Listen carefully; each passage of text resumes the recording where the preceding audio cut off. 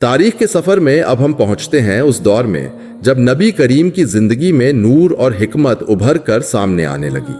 یہ وہ وقت تھا جب آپ نے سچائی، امانت اور ایمانداری سے عرب کے سارے دل جیت لی۔ الامین، یہ لقب آپ کو لوگوں نے دیا تھا کیونکہ آپ نے کبھی جھوٹ نہیں بولا، کبھی کسی کا حق نہیں توڑا۔ یہ نام صرف ایک پہچان نہیں بلکہ ایک گواہی تھی کہ مکہ کی سرزمین پر ایک ایسا نوجوان موجود ہے جس کی زبان سے ہمیشہ سچ اور جس کے ہاتھوں سے ہمیشہ امانت کی حفاظت ہوتی ہے۔ یہ وہ بنیاد تھی جس پر رحمت اور ہدایت کی سب سے اونچی عمارت تعمیر ہونے والی تھی۔ آپ کی نوجوانی ایمانداری، حیا اور علم سے روشن تھی۔ مکہ کے لوگ آپ کو مثال کے طور پر دیکھتے تھے۔ آپ کے چہرے پر وقار اور نگاہ میں نور تھا، مگر ہم اس نور کو تصویر میں نہیں، روشنی کے ذریعے محسوس کرتے ہیں۔ آپ کبھی اکیلے پن میں سوچ وچار کرتے اور آسمان کی طرف نگاہ اٹھا کر رب کا شکر ادا کرتے۔ آپ کی زندگی کا ہر لمحہ پاکیزگی اور سادگی سے بھرا ہوا تھا۔ آپ لوگوں سے ملتے تو چہرے پر مسکراہٹ ہوتی، بات کرتے تو آواز میں نرمی ہوتی۔ آپ نے کبھی کسی محفل میں فضول باتوں میں حصہ نہیں لیا، نہ کبھی کسی کے ساتھ اونچی آواز میں بات کی۔ آپ کا کردار ایک صاف آئینے کی طرح تھا جس میں ہر کوئی اپنی اچھائی کا عکس دیکھ سکتا تھا۔ جب مکہ کے لوگ دنیا کی رنگینیوں میں کھوئے ہوئے تھے، تب آپ ہیرا کی پہادیوں میں جا کر اکیلے بیٹھتے اور کائنات کے بنانے والے پر غور کرتے۔ یہ لمحے آپ کی روحانی تربیت کا حصہ تھے، جہاں ظاہری دنیا کی آوازیں ختم ہو جاتی اور صرف رب سے رابطے کا سکون باقی رہتا۔ وقت گزرتا گیا اور آپ نے تجارت شروع کی، لیکن یہ تجارت صرف مال کی نہیں بلکہ اخلاق اور امانت کی تجارت تھی۔ آپ جس بھی کارواں کے ساتھ جاتے، لوگ آپ کی ایمانداری کے قائل ہو جاتے۔ آپ کا اصول تھا کہ جو مال جیسا ہے اسے ویسا ہی بتایا جائے، کوئی عیب نہ چھپایا جائے اور کسی کے ساتھ دھوکہ نہ کیا جائے۔ آپ کی سچائی کی شہرت دور دور تک پھیل گئی۔ حضرت خدیجہ رضی اللہ عنہا، جو مکہ کی ایک بہت عزت دار اور دولت مند خاتون تھیں، انہوں نے جب آپ کے بارے میں سنا تو اپنا مال آپ کے حوالے کیا اور تجارت کے لیے ملک شام بھیجا۔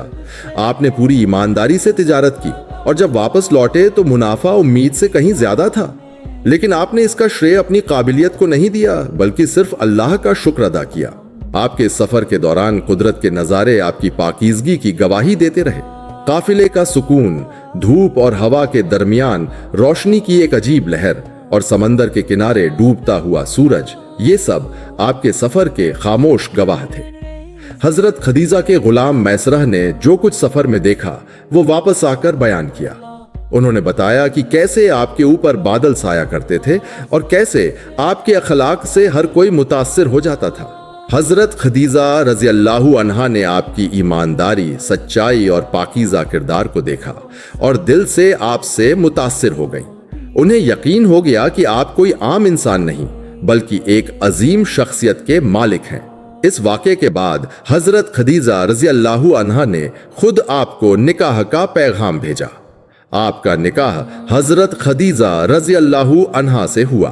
یہ رشتہ صرف محبت کا نہیں بلکہ روحانی وحدانیت یعنی ایک روحانی رشتے کا نام تھا۔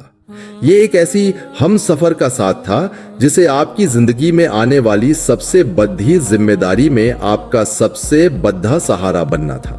یہ نکاح مکہ میں ایک صاف روشن محفل میں انجام پایا، لیکن ہم اس محفل کو انسانی صورتوں میں نہیں بلکہ روشنی، پھول اور رحمت کے مناظر میں محسوس کرتے ہیں۔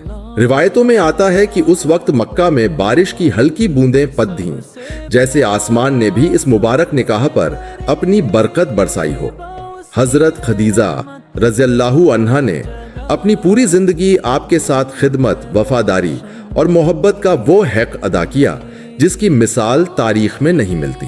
وہ صرف آپ کی بیوی نہیں بلکہ آپ کی سب سے پہلی امتی، آپ کی رازدار اور نبوت کے مشکل ترین دنوں میں آپ کی ہمت تھی۔ جب ساری دنیا آپ کے خلاف تھی تب حضرت خدیجہ آپ کے ساتھ ایک مضبوط چٹان کی طرح کھڑی رہیں۔